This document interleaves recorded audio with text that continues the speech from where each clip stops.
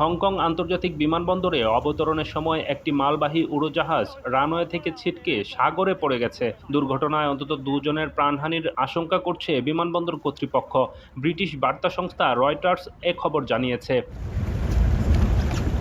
Dubai থেকে ছেড়ে আসা উড়োজাহাজটি সোমবার স্থানীয় সময় ভোর ৩টা ৫০ মিনিটে দুর্ঘটনার শিকার হয়। স্থানীয় পুলিশ বিভাগের উদ্ধৃতি দিয়ে সাউথ চায়না মর্নিং পোস্ট জানিয়েছে, উড়োজাহাজটি অবতরণের পর রানওয়ের পাশে থাকা একটি বহরে ধাক্কা লাগে বলে প্রাথমিকভাবে ধারণা করা হচ্ছে।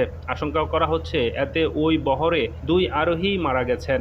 তবে দুর্ঘটনার বিষয়ে পুলিশ এখনও আনুষ্ঠানিক বক্তব্য দেয়নি। হংকং বেসামরিক বিমান চলাচল কর্তৃপক্ষ জানিয়েছে, অবতরণের পর উড়োজাহাজটি উত্তর রানওয়ে থেকে ছিটকে সাগরে পড়ে যায়। সে সময় দুজন স্থলকর্মী পানিতে পড়ে যায়। দুর্ঘটনার পর উত্তর রানওয়েটি সাময়িকভাবে বন্ধ রাখা হয়েছে বলেও জানিয়েছে বিমানবন্দর কর্তৃপক্ষ। 知道嘅同事講咗啦，我哋咧過少少，我哋知唔會再賣噶啦。記者01明